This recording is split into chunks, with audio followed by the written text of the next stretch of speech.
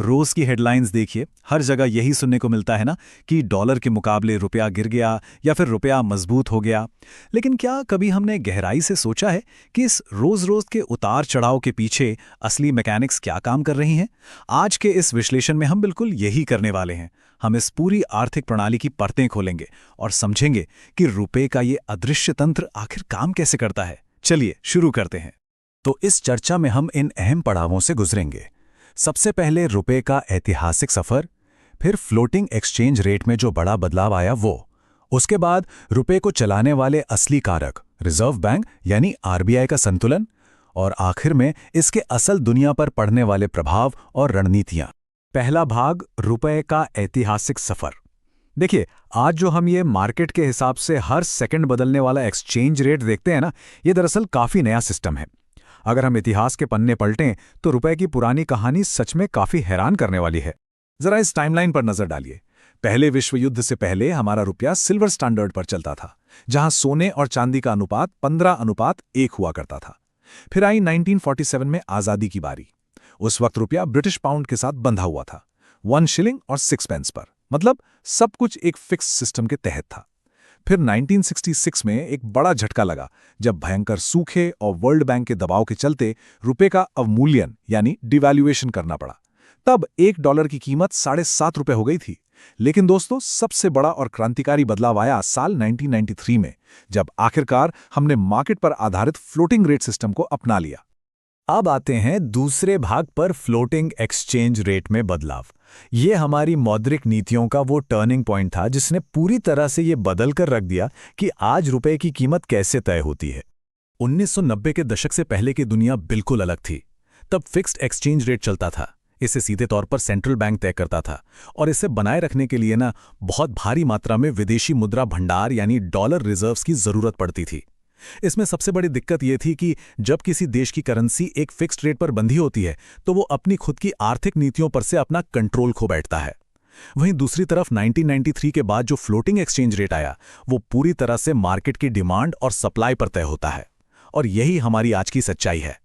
अब यहां एक बड़ा सवाल उठता है, आखिर इस फिक्स सिस्टम को छोड़ना इतना जरूरी क्यों हो गया था? इसका ब्रेकिंग पॉइंट आया 1992 के भयानक आर्थिक संकट के दौरान। उस वक्त देश के डॉलर रिजर्व्स लगभग खत्म होने की कगार पर पहुंच गए थे।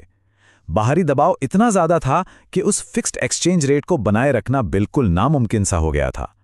इसी मजबूरी ने हमारे देश को बड़े आर्थिक सुधारों की तरफ धकेला और हमें उस फिक्स्ड पैक को हमेशा के लिए अलविदा कहना पड़ा। तीसरा भाग, रुपए के प्रेरक कारक। आज के इस ओपन मार्केट में हमारी करेंसी की डिमांड और सप्लाई को कौन सी अदृश्य ताकतें कंट्रोल कर रही हैं? आइए इसे समझते हैं।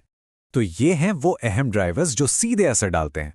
सबसे पहला है इन्फ्लेशन यानी महंगाई। सिंपल सी बात है, अगर देश में महंगाई ज्यादा है तो करेंसी की परचेजिंग पावर कम हो जाती है और उसकी वैल्यू गिरती है। दूसरा बड़ा ड्राइवर है करंट अकाउंट डेफिसिट यानी CAD। जब देश का इंपोर्ट का खर्च उसके एक्सपोर्ट की कमाई से ज्यादा हो जाता है ना, तो डॉलर की डिमांड बढ़ जाती है और नतीजा, रुपया कमजोर हो जाता है। इसके अलावा अमेरिकी फेडरल रिजर्व के interest rates, global crude oil की कीमतें, क्योंकि तेल तो डॉलर में ही खरीदना पड़ता है, इसके साथ ही पब्लिक बजट डेफिसिट और जियोपॉलिटिकल टेंशन यानी भू राजनीतिक तनाव, ये सब भी मार्केट पर सीधा असर डालते हैं। ये पूरा का पूरा एक कॉज एंड इफेक्ट का पहिया है जो लगातार घूमता रहता है। अब इंपोर्ट की डिमांड का असर कितना भारी होता है, ये समझने के लिए जरा इस आंकड़े को देखिए। 25,000 टन। जी हाँ, ये उस सोने की अनुमानित मात्रा है जो भारत के आम लोगों के पास घरों में रखा है। भारत पूरी दुनिया में सोने का सबसे बड़ा इंपोर्टर है, और ये आंकड़ा बिल्कुल सटीक तरीके से हमें दिखाता है कि कैसे इंपोर्ट की इतनी भारी डिमांड एक करेंसी की कीमत पर दबाव डालकर उसे नीचे की तरफ खींच सकती है। आगे बढ़ते हैं चौथे भाग पर, रिजर्व बैंक का संतुलन। देखिए, आज के समय में reserve bank of India currency को चलाने वाला स्टीयरिंग व्हील नहीं है, बल्कि वो एक बेहतरीन शॉक एब्जॉर्बर की तरह काम करता है। सेंट्रल बैंकिंग और आरबीआई के रोल को समझने के लिए लीनिंग अगेंस्ट द विंड की इस रणनीति को समझना बहुत जरूरी है। आसान शब्दों में कहें तो आरबीआई किसी एक फिक्स्ड एक्सचेंज रेट को टारगेट नहीं करता। इसके बजाय जब मार्केट में अचानक बहुत ज्यादा उतार चढ़ाव आने लगता है, तब वो बीच बचाव करता है। उदाहरण के लिए, जब पैनिक की वजह से पैसा तेजी से देश के बाहर जा रहा होता है, तब आरबीआई अपने रिजर्व से डॉलर बेचता है और जब विदेशी पैसा भारी मात्रा में देश में आ रहा होता है तब वो डॉलर खरीद लेता है ताकि मार्केट का संतुलन बिगड़े नहीं। जनवरी 2011 से जनवरी 2013 तक का ये चार्ट शानदार तरीके से दिखाता है कि अचानक कैपिटल फ्लाइट यानी पैसे के बाहर जाने की स्थिति में आरबीआई की इस रणनीति का असर कैसा होता है। अगर हम अन्य इमर्जिंग मार्केट्स से तुलना करें तो रुपए की उन टेढ़ी मेढ़ी वॉलेटाइल रेखाओं को स्थिर और स्मूथ करने में इस इंटरवेंशन स्ट्रेटेजी ने बहुत बड़ा योगदान दिया है। और इस हस्तक्षेप का असर इन आंकड़ों में बिल्कुल साफ नजर आता है। 2007-8 में जबरदस्त कैपिटल फ्लो हुआ था, तब आरबीआई ने 78.2 बिलियन डॉलर्स खरीदे थे, लेकिन ठीक उसके बाद 2008 के लेमन ब्रदर्स संकट के समय मार्केट में स्थिरता लाने के लिए आरबीआई ने करीब 34.9 बिलियन डॉलर्स बेचे। यही चीज 2011 में अमेरिका के क्रेडिट डाउनग्रेड के वक्त भी की गई, जब ऑर्डर बनाए रखने के लिए 20.1 बिलियन डॉलर्स मार्केट में उतारे गए। ये डेटा साफ बताता है कि संकट के समय केंद्रीय बैंक कैसे ढाल बनकर खड़ा होता है। अब आते हैं हमारे 5वें और आखिरी भाग पर, वास्तविक दुनिया के परिणाम और रणनीतियां। इन भारी भरकम आर्थिक सिद्धांतों से थोड़ा बाहर निकलकर चलिए इन्हें रोजमर्रा की जिंदगी से जोड़कर देखते हैं। आखिर एक गिरती हुई करेंसी का असली दुनिया पर क्या असर पड़ता है। जब रुपया गिरता है तो इस पूरे खेल में फायदा किसका होता है और नुकसान किसका। विनर्स की कैटेगरी में आते हैं हमारे एक्सपोर्टर्स, क्योंकि ग्लोबल मार्केट में उनके सामान की कीमत सस्ती हो जाती है और उनके एक्सपोर्ट की डिमांड बढ़ जाती है। फिर आते हैं रेमिटेंस पाने वाले लोग, यानी जिनके परिवार वाले विदेश से उन्हें पैसा भेजते हैं, उन्हें बढ़े हुए कन्वर्जन रेट का सीधा फायदा मिलता है। इसके साथ ही डोमेस्टिक टूरिज्म को भी इससे काफ़ी बढ़ावा मिलता है।